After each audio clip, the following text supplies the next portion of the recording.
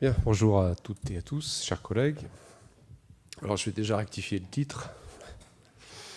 Je ne vais pas vous parler de la technologie de l'école au collège. Évidemment, je vais vous parler de la technologie dans son continuum de l'école jusqu'aux classes préparatoires et après, évidemment. Heureusement qu'on est arrivé à aller un peu plus loin que le collège pour la technologie. Mais c'est peut-être moi qui ai fait une erreur dans le titre au début. Alors, c'est une réflexion qui anime le groupe depuis plusieurs années. L'objectif, c'est vraiment de créer une discipline reconnue à part entière et non pas un assemblage, comme ça a été souvent présenté, de micro-spécialités qui font la technologie. Donc on est reparti évidemment d'une définition qui nous va bien, qui est toujours d'actualité.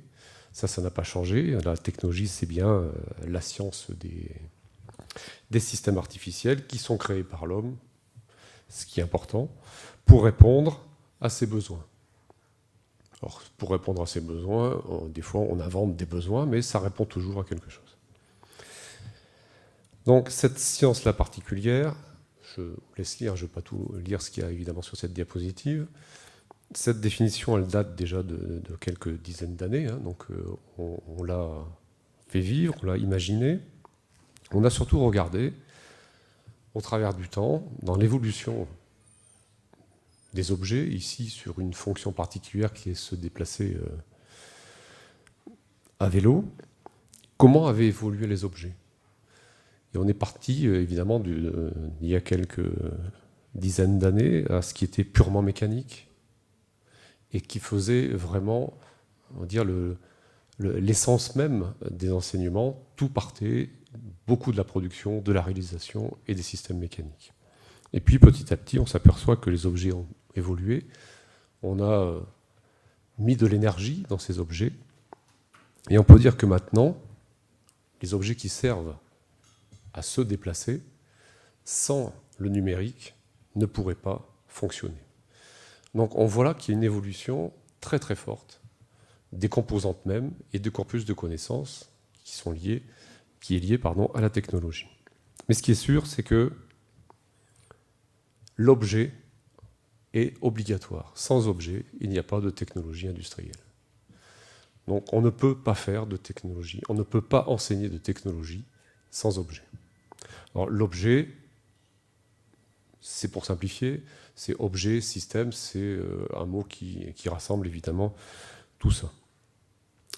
L'intérêt, après, c'est de replacer la technologie par rapport aux autres disciplines. Dans ce qu'on entend beaucoup parler des valeurs de la République, c'est logique, laïcité, valeurs de la République. Vous avez des diaporamas qu'on a fait aussi pour expliquer en quoi la technologie participait à l'émergence de ces valeurs-là, comme les autres disciplines. Et ce que l'on cherche à faire au travers de la technologie et de son enseignement, c'est bien de doter chaque élève, donc chaque futur citoyen, de ce minimum de connaissances pour faire en sorte que la technologie soit bien utilisée et qu'il utilise aussi bien la technologie. C'est cette dimension éthique, cette dimension responsable de l'individu que l'on vise au travers de son enseignement. On a repris, après, des travaux de l'Académie des technologies qui nous intéressaient beaucoup, où ils essayaient aussi de définir la technologie. Et dans ces travaux, ils parlent de 4 technologies différentes pour eux. La technologie qu'ils appellent le générique, génétique, structurale et la technologie générale. Donc ces 4 termes définissent pour eux l'ensemble des façons de voir et d'apprendre en technologie. Donc si on détaille un petit peu, la technologie génétique, c'est vraiment le regard sur l'histoire des objets techniques. On s'intéresse à comment ont évolué ces objets, comment on a fait évaluer leur performance, comment ils se sont perfectionnés, est-ce qu'il y a eu, on va dire, des inventions particulières, des découvertes qui ont fait que ces découvertes ont permis ces modifications et ces évolutions. Donc c'est une forme particulière, et sans le savoir, hein, évidemment, à cette époque-là, on avait réorienté l'enseignement d'exploration CIT un peu dans cette zone de la technologie, là. Ce qui avait d'ailleurs beaucoup intéressé l'Académie des technologies. C'est la première fois que l'on faisait appel à un enseignement de technologie génétique. La technologie générique, c'est autre chose, c'est voir les objets qui sont en émergence. Cette fois-ci, on va s'intéresser aux méthodes qui permettent de concevoir et de réaliser. Donc à tous les procédés de réalisation aussi, et à toutes les méthodes de conception. Ce qui va caractériser cette technologie-là, c'est que la chaîne numérique, elle va être ultra présente à tous les instants de conception et de réalisation. Donc on a une chaîne numérique continue. La technologie structurale, c'est certainement celle que l'on a longtemps enseignée. C'est celle que vous utilisez quasiment tous les jours. C'est le présent des techniques. C'est-à-dire que c'est l'analyse d'un objet, sa décomposition en fonctions, les liaisons entre ces fonctions, ses performances, évidemment, ses modèles, c'est la simulation qu'on peut en faire. C'est historiquement ce qui a toujours conduit aux différents types d'enseignement.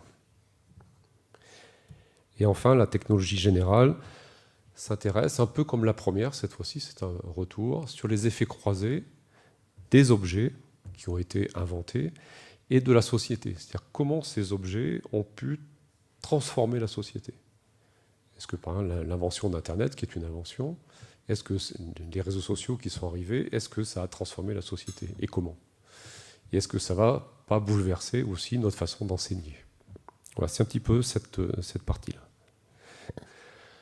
Donc on a beaucoup discuté avec eux pour essayer de trouver un modèle de la technologie qui puisse satisfaire notre histoire étant l'enseignement technique, où on a une approche conjuguée du professionnel et du technique. Et on ne voulait pas séparer ce qui relève du professionnel et ce qui relève de la technologie. Donc on est reparti de l'objet, puisque c'est vraiment ce qui caractérise la technologie.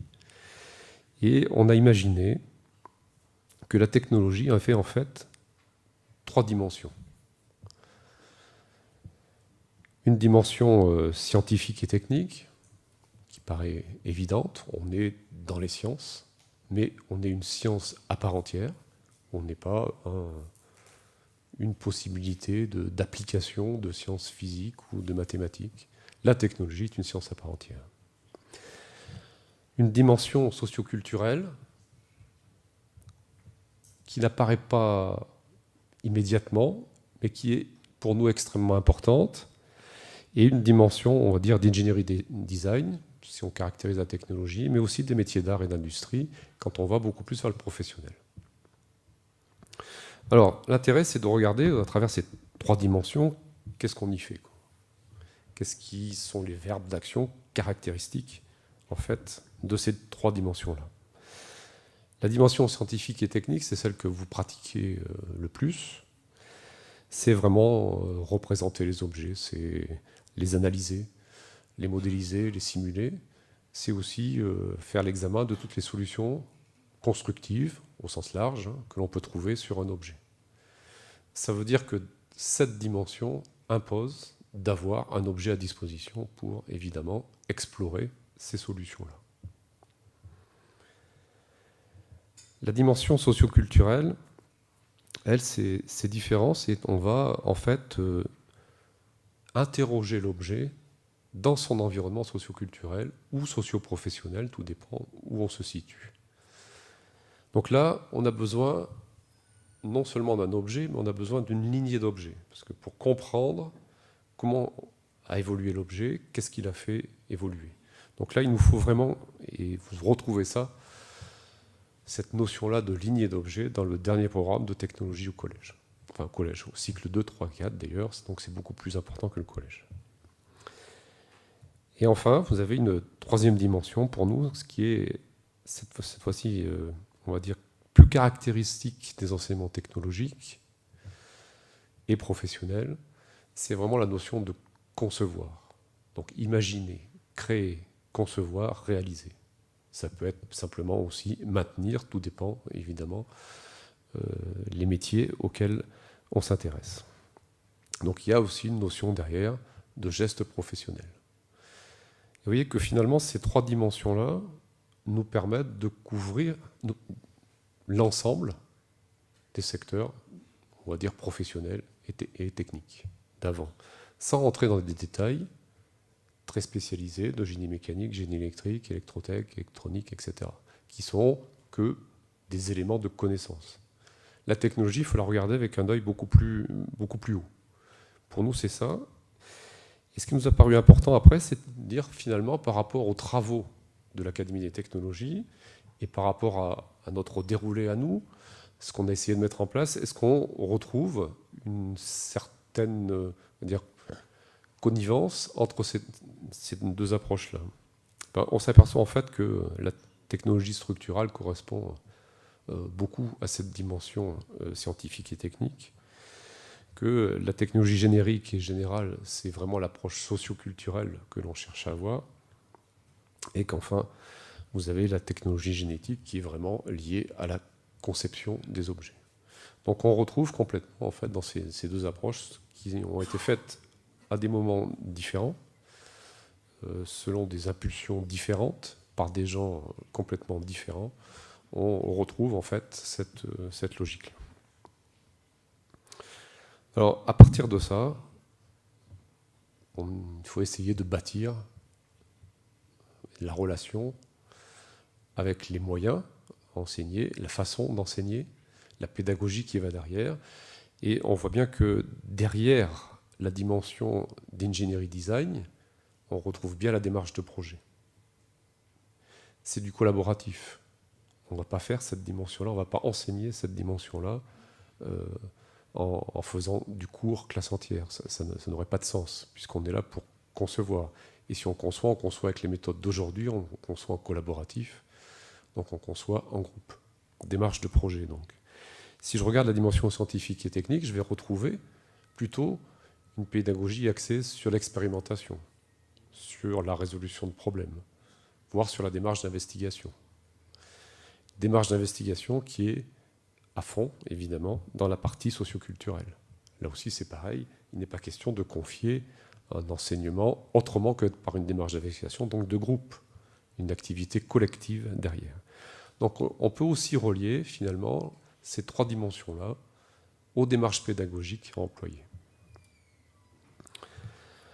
Alors, simplement pour les apports de la... Je vais être très rapide, vous retrouverez sur le portail STI des développements plus importants sur les apports de ces dimensions-là. Sur la partie socioculturelle, cette dimension, cette lignée d'objets, ce qui nous paraît important, c'est de les replacer historiquement dans une frise que je vais vous grossir et faire apparaître en même temps qu'une version de l'objet existait. Qu'est-ce qui s'est passé à cette époque-là? Qu'est-ce qui s'est passé sur le plan politique, mais sur le plan culturel? Et qu'est-ce qui a été inventé en même temps? Quelles sont les grandes inventions? C'est intéressant de relier en fait l'évolution de l'objet à son contexte socioculturel. C'est un petit peu ce qu'on essaye de faire dans cette approche socioculturelle des choses. Alors, pourquoi on a fait ça aussi? Si vous connaissez que le groupe STI était très diversifié, jusqu'à il y a 4 ans, il est un peu moins, mais on a des composantes à l'intérieur du groupe. On avait les biotechnologies, on avait les sciences médico-sociales et les arts appliqués. Des décisions ont fait que les biotechnologies et les sciences médico-sociales ont migré vers un autre groupe, et on tenait aussi beaucoup, du coup, à montrer que notre attachement à conserver à côté de la technologie pure et dure cette dimension, on va dire, art appliqué. Donc cette dimension design qui est vraiment fusionnelle avec nous. Et ces trois dimensions et cette approche-là permet justement d'avoir cet amalgame, cette intégration en fait de ces différentes parties et de montrer que les STI, dans ces différentes composantes, et que la technologie est unique. Ça veut dire que pour nous, l'art et la technique participent tous deux de l'activité créatrice de l'homme qui fait lui-même un être de culture. Et c'est ça qui est important. Il ne faut pas oublier qu'on a déjà créé avant de calculer. Des objets ont été conçus, fabriqués, réalisés, imaginés avant qu'on fasse du calcul. Donc avant qu'on applique des sciences. Les apports de la dimension scientifique et technique, je ne vais pas vous faire un grand discours là-dessus, Norbert le ferait mieux que moi, sur la mesure des écarts, c'est vraiment caractéristique en fait le modèle prend une place importante, mais le modèle, il faut le faire comprendre, et c'est pas simple à faire comprendre à des jeunes que ce n'est pas la réalité. Et qu'entre un modèle et le réel, il y a une différence. Et mesurer l'ensemble de ces écarts, je ne vais pas m'appesantir là-dessus. C'est important surtout d'un point de vue aussi formation, que la démarche de l'ingénieur, c'est une démarche scientifique. Il n'y a pas de place pour autre chose que des aspects matériels, scientifiques. Donc tout peut se démontrer.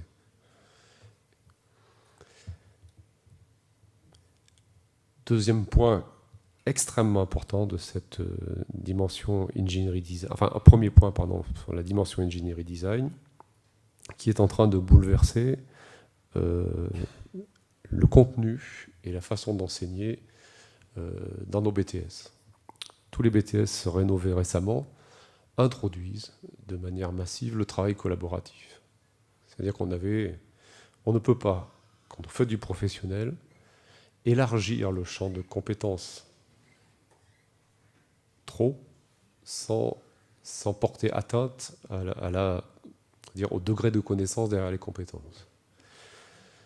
Donc on a choisi, en relation avec les industriels, de garder les différents BTS à quelque chose près, mais par contre de les faire travailler ensemble.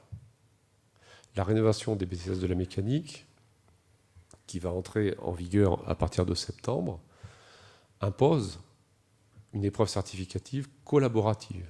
C'est-à-dire que des groupes de jeunes dans BTS doivent travailler ensemble autour d'un projet pour arriver à optimiser un produit. Alors, il est vrai qu'en travaillant ensemble, ils vont du coup augmenter le champ de leurs compétences. Mais par contre, c'est bien chacun d'eux, dans leur spécialité, qui va amener son expertise et qui va faire croître son expertise.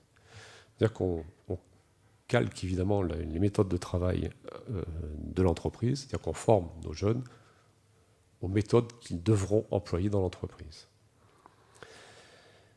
Ça ne vous touche pas de trop encore.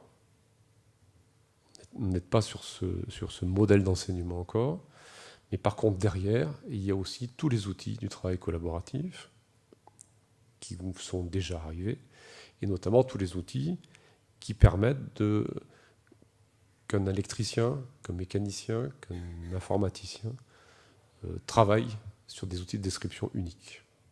Donc vous avez après, je crois, j'ai bien compris, une conférence sur SysML. Voilà, c'est la suite, évidemment, c'est ça, et tout l'ingénierie système qu'il y a derrière. Alors cette approche partagée aussi des dimensions de l'ingénierie et du design est intéressante parce que c'est une façon de plus réfléchir finalement au pourquoi, au comment. Et souvent, on a tendance, nous, technologues, avec notre formation ancienne, de s'intéresser au comment directement. Or, il faut toujours se poser la question du pourquoi. Et pour un élève, ça passe beaucoup mieux. Alors, je vous ai ensuite rajouté une diapositive dont on n'a pas encore trop discuté. C'est une question, donc ça tombe bien. Je la partage avec vous aujourd'hui. C'est la place des Fab Labs dans nos enseignements. Est-ce qu'ils ont une place? Est-ce qu'on doit aller vers ce style de laboratoire? Et à quoi ils peuvent servir? Et on voit bien qu'un Fab Lab, c'est un lieu extrêmement différent. C'est un lieu d'échange, c'est un lieu d'enseignement. Moi, je crois beaucoup à ça. Mais le Fab Lab, il faut peut-être le voir et l'organiser de façon à ce qu'il serve à nos enseignements. En tout cas, c'est les évolutions des procédés de réalisation. Tout le monde parle d'impression 3D. C'est vrai qu'on fait les petites imprimantes qu'on voit, sont sympathiques. Derrière, c'est de la haute technologie, de bons procédés. Donc c'est de la bonne matière. C'est un développement qui est exponentiel actuellement au niveau industriel. Et ça va révolutionner complètement les procédés de réalisation. Ce sont aussi des outils qu'on a introduits dans les BTS à la demande des industriels. Donc si on regarde Fab Lab, mis à part la partie de droite, si vous voulez, qui est très sur l'industrialisation des produits, qui est certainement réservée à des Fab Labs haut de gamme, qu'on ne trouvera pas partout, parce qu'ils vont nécessiter des moyens particuliers de réalisation. Le reste, je pense qu'on peut imaginer enseigner à l'intérieur de quelque chose qui permet de faire de la conception, qui permet de faire de la conception collaborative. Donc ça veut dire d'avoir une approche réalité virtuelle de sa conception. Ça commence par là. Puis de traiter sa conception directement vers la réalisation du prototype. Cette notion de prototype est essentielle dans nos enseignements parce qu'elle permet de valider très très vite des solutions. Et on voit derrière dans des organisations du travail aussi lié à l'ingénierie système, le travail collaboratif et de l'ingénierie simultanée. Donc je crois qu'on a tout. Et on est, me semble-t-il, à l'aube d'une révolution dans nos façons d'enseigner et dans nos lieux d'enseignement. Et je crois fortement qu'il va falloir intégrer ces pratiques un peu plus ouvertes, que réclament les jeunes d'ailleurs, au niveau de nos enseignements, de nos lieux d'enseignement. Ça ne vous caractérisera pas énormément, sauf, et vous y êtes déjà, si vous avez une activité de projet. Si on veut que l'activité de projet génère vraiment un apport de compétences et de connaissances, il faut aller au bout de la réalisation. C'est là qu'elle est intéressante. On ne peut pas se contenter d'un projet virtuel. Donc pour vous montrer à quoi a servi finalement et va servir encore cette approche-là, si je regarde les cycles 2 et 3, qui sont vraiment des cycles d'initiation à la technologie, on est à l'école primaire. Si j'enlève la partie 6e qui est à la fin du cycle 3. Si je regarde, c'est-à-dire que je couvre quoi ? Je vais couvrir une faible partie, évidemment. Il ne faut pas oublier que d'ailleurs, ce sont des enseignants, ce sont des profs des écoles.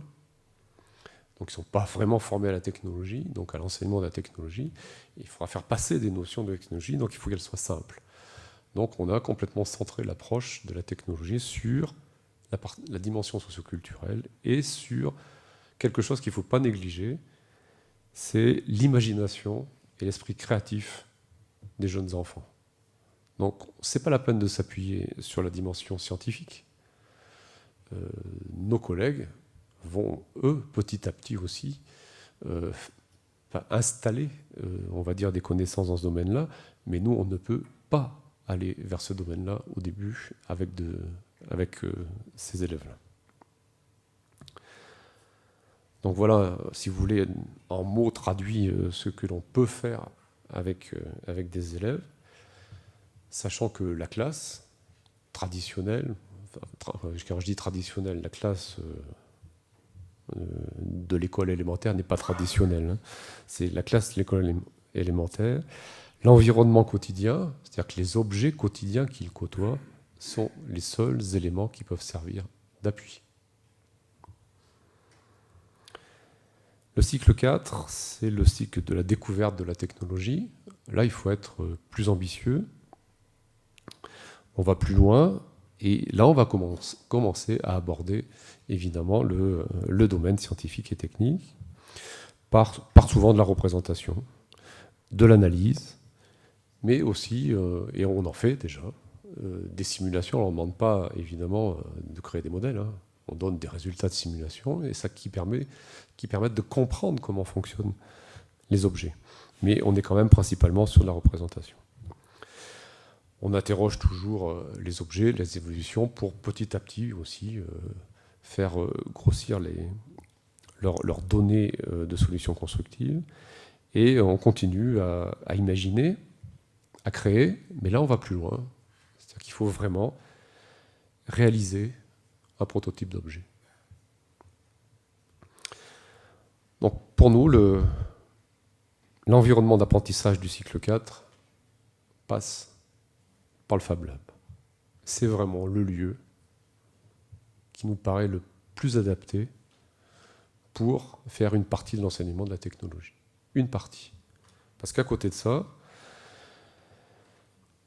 on a un enseignement, alors j'ose pas dire intégré, mais en 6e c'est quand même, de sciences et de technologie, mais au moins on a des choses qui doivent être conjuguées ensemble. Les sciences et la technologie, c'est une approche globale, ce qui serait très intéressant et qui nous aiderait beaucoup, mais ça demande à faire tomber certainement beaucoup de tabous, c'est d'avoir un lieu unique d'enseignement des sciences et de la technologie au collège, à côté du Fab Lab qui lui permet ces réalisations de prototypes d'objets et une autre approche de la technologie. Alors c'est une vision idéaliste. Je sais bien qu'on n'arrivera peut-être pas à voir ça partout, mais les Fab Labs se développent énormément. Il n'y en aura pas un par collège, mais il y en aura certainement un et plusieurs par département que l'on pourrait très bien voir à disposition des élèves de collège. L'Académie de Lille, les régions, la nouvelle région, est partie pour un développement assez important de ces Fab Labs, comme un peu partout d'ailleurs.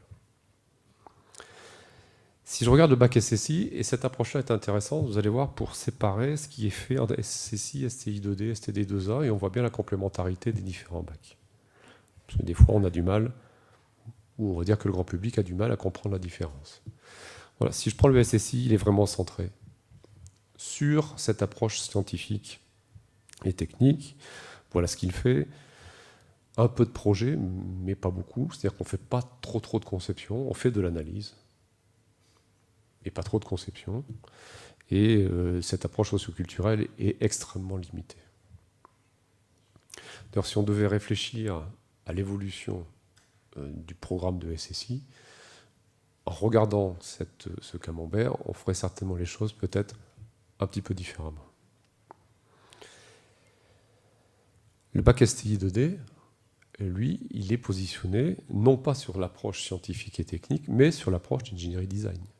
C'est avant tout un bac où on apprend à concevoir et non pas à modéliser, mesurer les écarts. Cette approche est complètement différente. Ça ne veut pas dire qu'elle est différente dans ses lieux. Vous allez retrouver une même typologie de lieux, mais la nature des activités n'est pas du tout la même. Et on ne peut pas dire qu'on arrivera au même résultat directement au bac. On aura un champ de compétences quand même différent. Même si en poursuite d'études, on va pouvoir trouver des choses identiques. C'est-à-dire que les environnements d'apprentissage des bacs, c'est ceux-là, vous les connaissez, c'est exactement les mêmes que ceux qui sont en classe préparatoire. C'est une approche de laboratoire, par îlot, mais la posture de l'enseignant n'est pas du tout la même que dans une classe. Et je pense qu'on a mal mesuré, tous, l'incidence que ça devait avoir sur la formation des enseignants. Parce que la posture est différente. La posture, c'est de l'aide. C'est j'apporte la connaissance quand le jeune en a besoin. Et je prépare les synthèses que je vais faire après. Alors on a fait quelques constats par rapport à ça. Je vous livre des constats de STI 2D. Vous pourrez les faire, les prendre pour vous ou pas. Regardez ce que vous pouvez en faire. C'est quand on rentre dans un laboratoire de STI 2D, on ne sait pas trop ce qu'on y fait. On a des systèmes, mais souvent désordonné, c'est-à-dire que la logique qui est derrière d'organisation des enseignements n'est pas très frappante. Donc l'idée qu'une académie a eue et a fait, et ça donne de bons résultats, c'est d'essayer de regrouper et d'organiser ces différents systèmes, qu'ils soient didactisés ou pas, en univers, pour donner un sens, en fait, à leur assemblage. L'intérêt pédagogique, c'est tout de suite on l'a, parce qu'en fait, on a le sens donné à la séquence que l'on veut faire quand on est à un endroit particulier. Et surtout, ils se sont aperçus que lorsque le grand public, donc les parents d'élèves, venaient dans la classe, ils avaient un autre regard sur ce que leurs enfants faisaient dans la classe et comprenaient beaucoup mieux, en fait, ce que représentait une activité de technologie. Alors ça veut dire quoi ? Un exemple d'univers, c'est le confort domestique. Et tous ces matériels sont réunis sur un îlot et on fait évidemment des activités, des fois identiques et des fois différentes. Et vous retrouvez tout le concept, évidemment, des îlots chers à Norbert. Donc vous devez appliquer. Je ne pense pas que ça soit antinomique, cette approche-là. C'est une façon simplement d'arranger structurellement les systèmes, on va dire, ou les objets.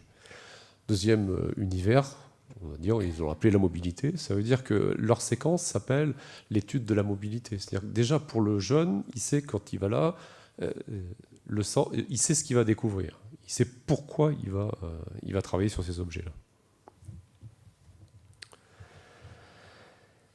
Alors on a un bac particulier, c'est celui-ci. Alors lui, c'est un bac centré sur l'approche socioculturelle. Je dirais que c'est STD2A. Je ne sais pas si vous avez regardé déjà des épreuves du bac. C'est la philosophie des arts appliqués.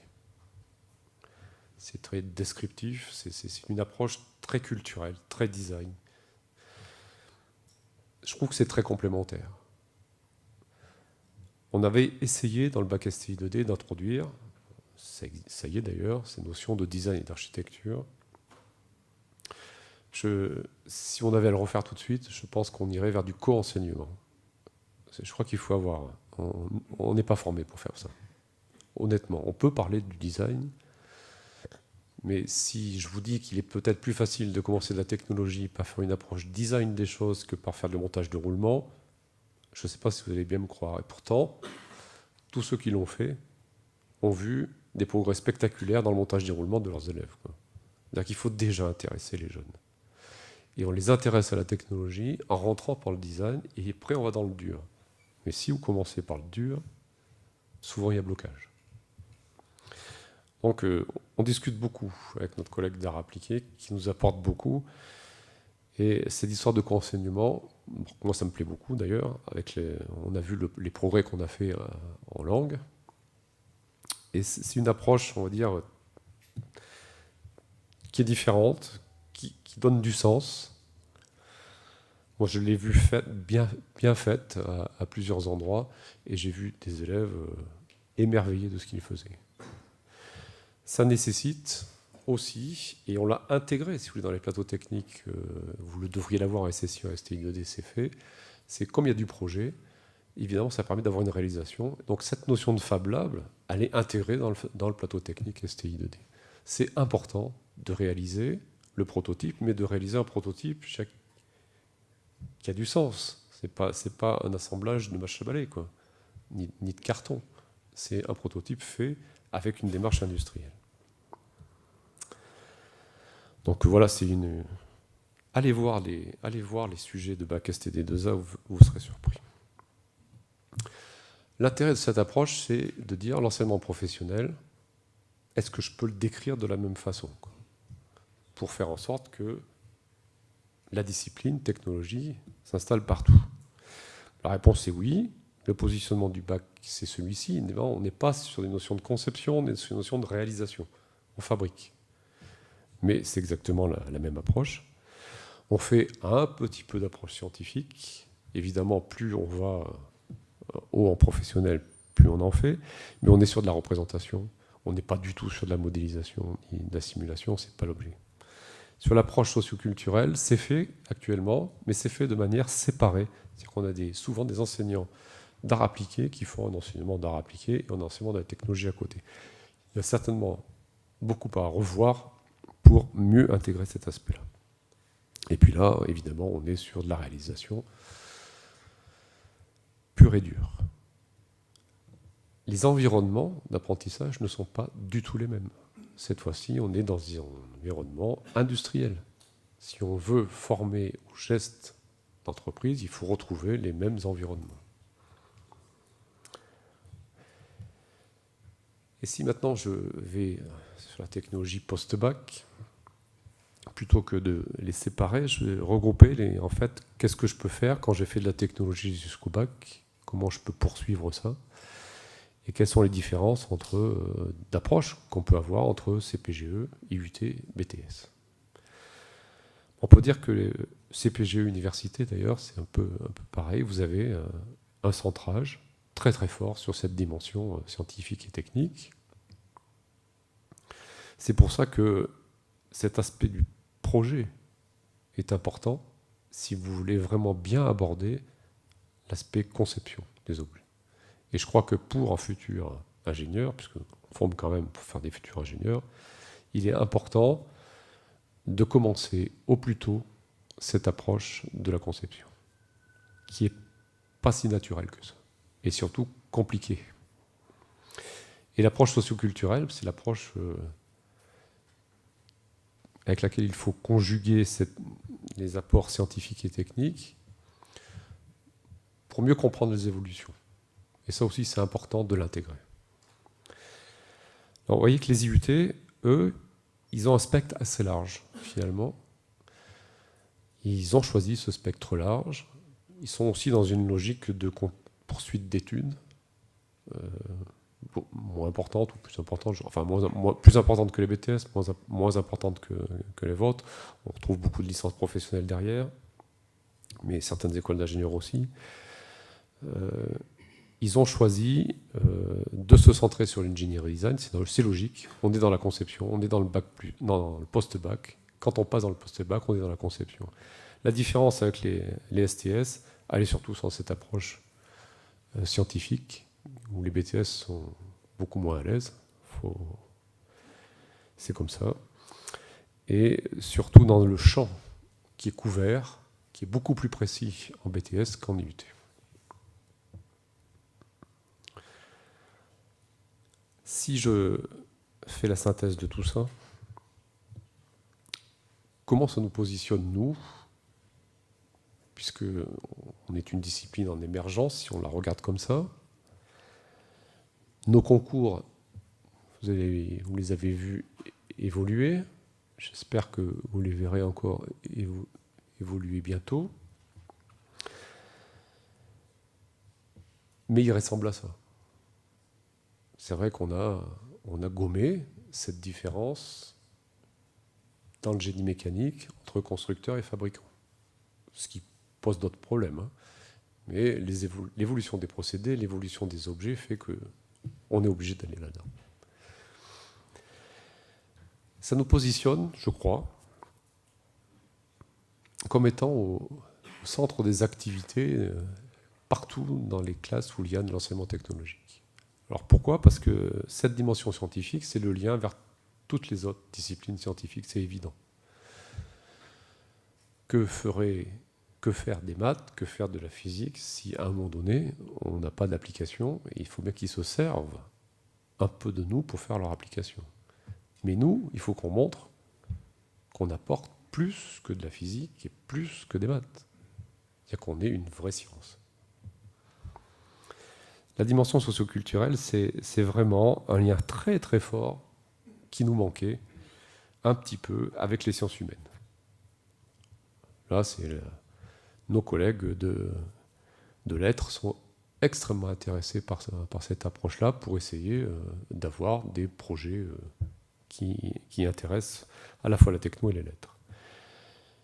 Et enfin, cette dimension d'ingénierie design, c'est vraiment le lien vers le travail collaboratif interdisciplinaire par le projet, qui est actuellement très poussé. Ça veut dire que je crois que la technologie, elle est là pour ça. Ça nous permet d'interroger collectivement, pluridisciplinairement, si vous voulez, par le concret, l'éthique et la responsabilité citoyenne. Et je ne vois pas comment, à l'heure actuelle, on peut encore imaginer former dans notre école sans former la technologie qui nous entoure partout. Alors, en conclusion, c'est notre discipline, c'est vraiment une discipline d'enseignement ouverte sur les autres. Et je crois qu'il ne faut pas se refermer sur notre coquille. Il faut avoir cet esprit-là d'ouverture, quoi qu'il se passe. Parce qu'on a des atouts, il faut les faire valoir. On a une démarche pédagogique qui... D'autres parlent de projet. Mais pour nous, le projet, ça signifie aussi avoir une démarche de projet derrière, structurée, qui est celle de la démarche de l'ingénieur dans l'entreprise. Et ça, il n'y a que nous qui les maîtrisons. Et puis, pour terminer sur une note qui est plus sur le professionnel, on a quelque chose qui est aussi très particulier, c'est notre liaison avec le monde de l'entreprise. Quand on parle de stage, de période de formation d'entreprise, ça apporte énormément au développement du savoir-être des jeunes, et ça aussi, ça nous caractérise fortement.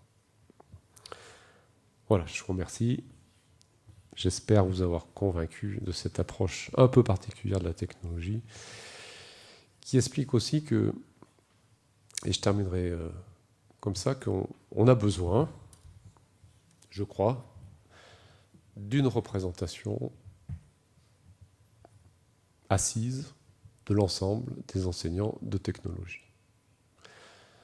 L'inspection générale est un positionnement qui évoluera peut-être. Voilà.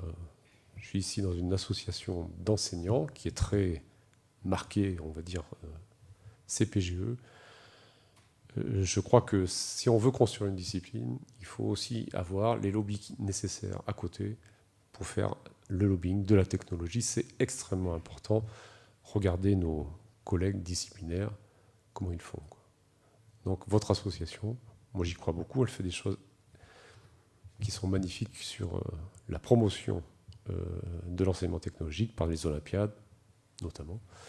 C'est déjà un premier contact. Je crois que, j'espère fortement qu'un jour, vous aurez une dimension dans le continuum de la discipline. Voilà, je vous remercie.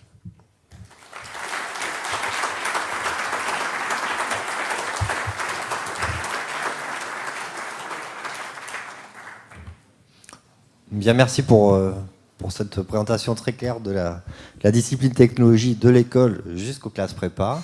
On a le temps de proposer quelques questions si vous voulez, et profiter de la présence de M. Rage parmi nous. Vous pouvez poser toutes vos questions. Si je n'ai pas envie d'y répondre, je n'y répondrai pas, vous inquiétez pas. Bonjour, Bonjour. J'ai bien aimé la partie sur les Fab Labs et puis l'orientation qui était déclinée. Et j'ai bien aimé, mais je vais quand même faire l'avocat du diable, si vous voulez bien. Bien sûr. Pour vous poser la question suivante. À quel moment on peut faire une distinction entre l'apprentissage de la conception et de la réalisation à travers du prototypage rapide et l'apprentissage d'une autre discipline à laquelle on ne voudrait pas être associé, c'est le bricolage.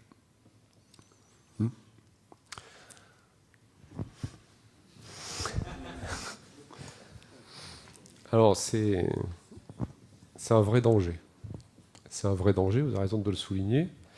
Je crois que c'est dans... Il ne faut pas confondre les moyens qu'on va utiliser pour faire du prototypage. Comme je disais, c'est du prototypage haut de gamme qu'il faut faire. Donc, pour moi, le Fab Lab, ce n'est pas un lieu de bricolage. C'est-à-dire qu'il faut des moyens de réalisation de prototypes variés. Mais c'est les démarches, surtout, qu'on va mettre derrière pour arriver aux prototypes qui vont changer tout. C'est-à-dire que là, il ne faut rien lâcher. C'est-à-dire que la démarche de réalisation du prototype, c'est la même démarche de réalisation de l'objet fini. Du début jusqu'à la fin, on suit notre logique de conception en simultané. Voilà. Donc, moi, Fab Lab, l'avantage, c'est qu'on concentre un ensemble de moyens qui permettent, alors c'est vrai que c'est l'évolution des procédés qui permettent maintenant d'obtenir des prototypes, même bonne matière, assez rapidement.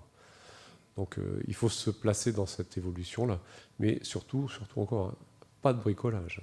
Ça, c'est pas du découpe de carton. Hein. Enfin, pour moi, c'est pas du Fab Lab, ça. Alors, je sais bien qu'en collège, on voit des fois des choses un peu comme ça, mais c'est par manque de moyens. Alors, je dis pas que ça n'intéresse pas les jeunes. Hein. Même ça les intéresse. Mais par contre, on n'apprend pas les mêmes choses. Donc là, on doit, dès le début, faire aussi l'apprentissage de la rigueur de la démarche scientifique et de la démarche de l'ingénieur, qui est celle de la conception. Voilà. Alors, j'espère avoir répondu à votre question. Alors, on voit beaucoup de développement de Fab Lab actuellement, des gros projets, vraiment des très très gros projets en cours, où on associe des Fab Labs de 2 niveaux, on va dire style grand public, sans l'industrialisation, avec à côté, moi j'appelle ça plus un design lab, c'est-à-dire quand on va jusqu'à vraiment l'industrialisation, procéder des bonnes matières, pour le séparer, avoir un autre nom, et des plateaux techniques, à côté d'apprentissage de la maintenance par exemple, ou autre. Et on voit bien comment on peut conjuguer en fait des approches différentes en fonction des lieux, et amener finalement à la technologie un peu plus dure des jeunes qui n'y seraient pas venus, quoi. Voilà. Ça, je pense qu'on a... Enfin, vous verrez plus que moi, vous encore, hein, mais nos lieux vont se modifier complètement. STI 2D a modifié l'approche de la classe. C'est-à-dire que si on raisonne classe, on ne peut pas organiser STI 2D. Ça, c'est sûr. Ces moyens-là vont révolutionner l'approche des enseignements d'une manière générale. Ça va être encore pire. C'est-à-dire que je suis sûr que dans les 5-10 ans à venir, nos lieux d'enseignement n'auront rien à voir avec ceux qu'on connaît. Donc vous aurez sacrément du boulot. Mais je regarderai ça de plus loin. Merci pour cette présentation.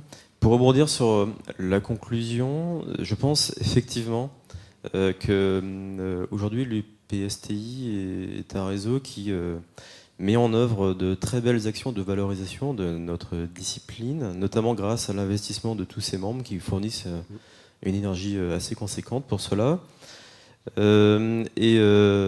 À titre d'information, ces mêmes membres ont voté à l'unanimité il y a quelques années de cela l'ouverture plus large de ce réseau à tous celles et ceux qui souhaitent venir avec nous, donc notamment par exemple les professeurs du lycée.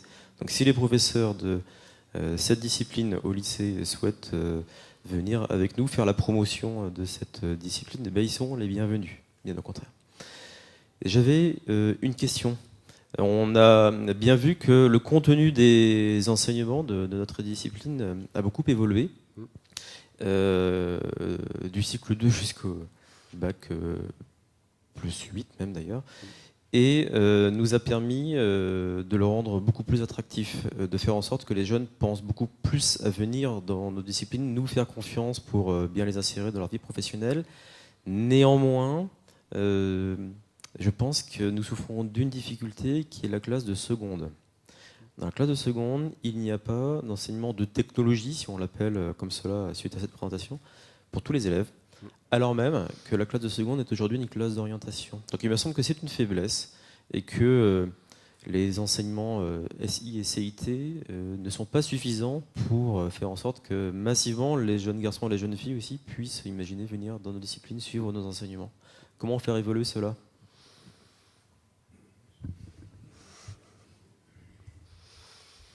Alors, c'est vrai que le continuum n'existe pas à cause de la classe de seconde. Ça, c'est clair. Et même si les effectifs progressent en SI et CIT, ils progressent bien, bon, on arrive de toute façon à un palier. Et actuellement, on voit beaucoup d'établissements réfléchir sur les enseignements d'exploration. À conjuguer des enseignements d'exploration. En gros, le principe d'attribution de moyens, c'est une enveloppe globale. Donc évidemment, chaque établissement essaie de récupérer des heures pour faire un peu plus ailleurs. Et donc essaye de conjuguer ces enseignements d'exploration. Moi, je trouve que c'est une bonne idée. Mais c'est personnel. Donc c'est titre personnel. Il faut revoir la classe de seconde, certainement. Si vous demandez un IGSTI, il est tout de suite d'accord, n'importe lequel. Hein.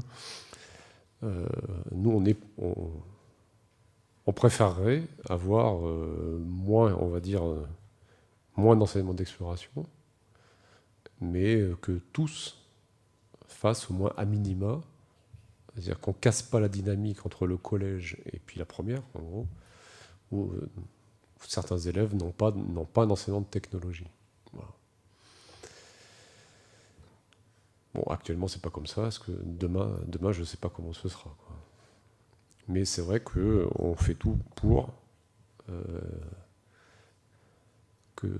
on va dire que l'organisation de la classe de seconde évolue, et elle évoluera pour nous positivement quand tous les jeunes feront un enseignement de technologie, quel qu'il soit. Alors de technologie, quand je dis quel qu'il soit, je parle de technologie industrielle, hein, évidemment. Mais il ne faut pas regarder la technologie d'avant, quoi. Je veux dire, je ne sais pas sur quel domaine il faudra s'appuyer. Tout de suite, j'ai des interrogations, quoi. On voit bien que la mécanique, et je suis mécanicien, donc je suis quand même désolé de dire ça, mais la mécanique s'éloigne de plus en plus des objets, quoi, qui deviennent de plus en plus numériques. Alors, est-ce qu'on doit considérer que en seconde, on fait tout, ou on se concentre peut-être sur un domaine particulier qui est tout de suite très porteur, et que tout le monde devrait, on va dire, connaître à minima pour l'utiliser à bon escient. Est-ce que tout de suite ça paraît pensable qu'un jeune ne sache pas chez lui construire un mini réseau informatique, par exemple? Et la réponse est non, on en a tous partout.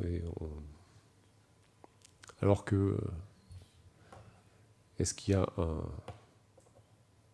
système mécanique indispensable ou qui ne peut pas attendre, quoi. Voilà. Donc la grosse interrogation, c'est, on sent bien que le fond où les domaines évoluent, c'est ce qui est extrêmement perturbant, hein, pour tous nos enseignants, parce et ça ira de plus en plus vite. Ça veut dire qu'il va falloir aussi organiser une formation continue de masse, extrêmement importante pour nous, hein. Parce que les connaissances actuelles que l'on apprend à l'ENS, si je fais quand je regarde, quand je suis sorti de l'ENS, ce que je savais en termes de connaissances, et quand je vois ce qui est enseigné maintenant, oui, la mécanique reste toujours de la mécanique, c'est vrai. Mais par contre, l'informatique, ça balbutiait. Je me souviens des cartes avec le langage Fortran qu'on empilait. C'était vraiment tout début. Bon. Alors, la technologie en seconde, oui, ça me paraît indispensable pour tout le monde, mais quelle technologie? Quel domaine on va privilégier? Parce qu'on ne pourra pas tout faire, parce qu'on n'aura pas beaucoup d'heures. Voilà. Ça, c'est aussi une évidence, hein. Alors, vous auriez pu me demander la place de l'informatique aussi. L'informatique, on entend beaucoup parler, vous entendez beaucoup parler. L'informatique, c'est pluriel. Si on parle d'algorithmie, bon, l'algorithmie, c'est des maths. Mais si je m'intéresse à ce que fait l'informatique, bon, ça, c'est de la technologie. Alors, je ne comprendrais pas bien qu'on fasse de l'algorithmie pour l'algorithmie, sans regarder comment ça bouge derrière, et de voir que les effets, en fait, de sa conception de programme sur le réel. Donc on a une association, je crois, à trouver, qui sera intéressante. Voilà. Alors on pourrait discuter longtemps, mais je crois que malheureusement, il va falloir attendre un peu avant que ça évolue. Et merci beaucoup pour les réponses à ces questions et puis pour votre intervention. Merci à vous.